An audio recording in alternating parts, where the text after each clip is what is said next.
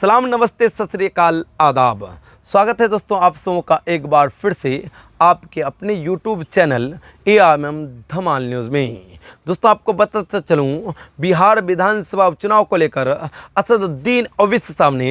एक विधानसभा सीट पर उपचुनाव को लेकर एक हिंदू भाई को दिया ARMM पार्टी का टिकट।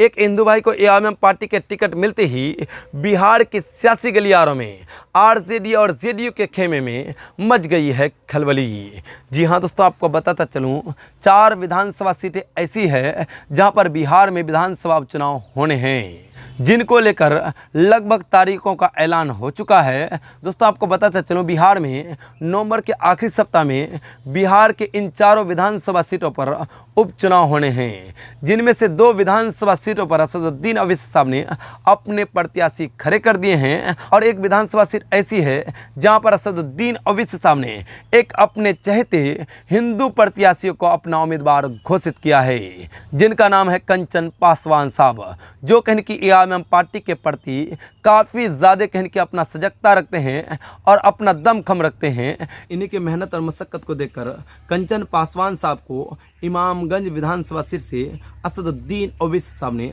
अपना उम्मीदवार डिक्लेयर किया है। दोस्तों आपको बताते चलो, जो ही असदुद्दीन ओवैसी साहब ने बिहार के 4 विधानसभा सीटों में होने वाले उपचुनाव को लेकर अपने 2 प्रत्याशी खड़े किए, तो ही कहने की बिहार की सियासी गलियारों में मानो हलचल मच गई और चारों तरफ ARMM पार्टी का शोर गूंजने लगा। साथ ही दोस्तों आपको बताता चलूँ, शोर इसलिए ज़्यादा गूंजने लगा क्योंकि असदुद्दीन ओवैसी साहब ने 4 विधानसभा की सीटों में से 2 सीटों पर अपने प्रत्याशी खड़े किए और उनमें से एक सीट पर एक नॉन मुस्लिम भाई को, जो कहने की लगातार से जो लोग ARMM पार्टी को BJP की B टीम कहते हैं और मुसलमानों की पार्टी कहते हैं, उनके मुंह पर जोरदार तमाचा मारते हुए असदुद्दीन ओवैसी साहब ने एक छोटा सा अदना सा विधानसभा उपचुनाव को लेकर 2 में से एक उम्मीदवार को कहने की टिकट दिया और वो उम्मीदवार नॉन मुस्लिम है, जो कहने की लोग कह रहे हैं कि मुसलमानों की पार्टी ARMM पार्टी है। लेकिन असदुद्दीन ओवैसी साहब ने यह साबित कर दिया इस हिंदू भाई को टिकट देकर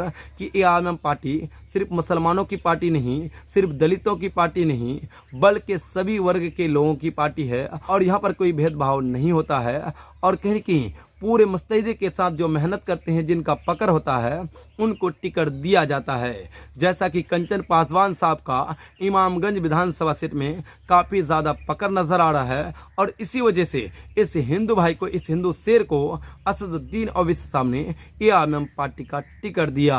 और दोस्तों आपको बताता चलूँ, इसी वजह से बिहार की सियासी गलियारों में ज़्यादातर हल्ला मचा हुआ है, शोर मचा हुआ है। और दूसरी तरफ असदुद्दीन ओवैसी साहब भी कह रहे हैं कि 4 सीटों पर विधानसभा उपचुनाव होने हैं, लेकिन RJD के लिए हमने 2 सीटें छोड़ दिया, वो उन सीटों पर मेहनत करे और चुनाव जीते, और हमारे लिए ये दोनों सीटें छोड़ दें, हम किस प्रकार से चुनाव जीतते हैं ये साबित करके दिखाएंगे। और साथ ही RJD को खुला चैलेंज भी किया कि 2 सीटों पर हमारे उम्मीदवार खड़े हुए हैं और दोनों सीटों पर हमारी पकड़ काफ़ी ज़्यादा है, इसलिए RJD को हमारा सपोर्ट करना चाहिए, कांग्रेस को हमारा सपोर्ट करना चाहिए, तब जाकर कहने की हम लोग अपनी सियासी मुस्तकबिल को बना सकते हैं। अगर RJD चाहती है कि सेकुलर की जीत हो, तो हमारी कहने की जीत के लिए उसको अपने उम्मीदवार खड़ा नहीं करने होंगे। अगर वो उम्मीदवार खड़े करते हैं तो इसका मतलब ये है कि वो हमारे साथ ज़्यादती कर रहे हैं, वो सेकुलरिज्म को बल के बराबर नहीं दे रहे हैं,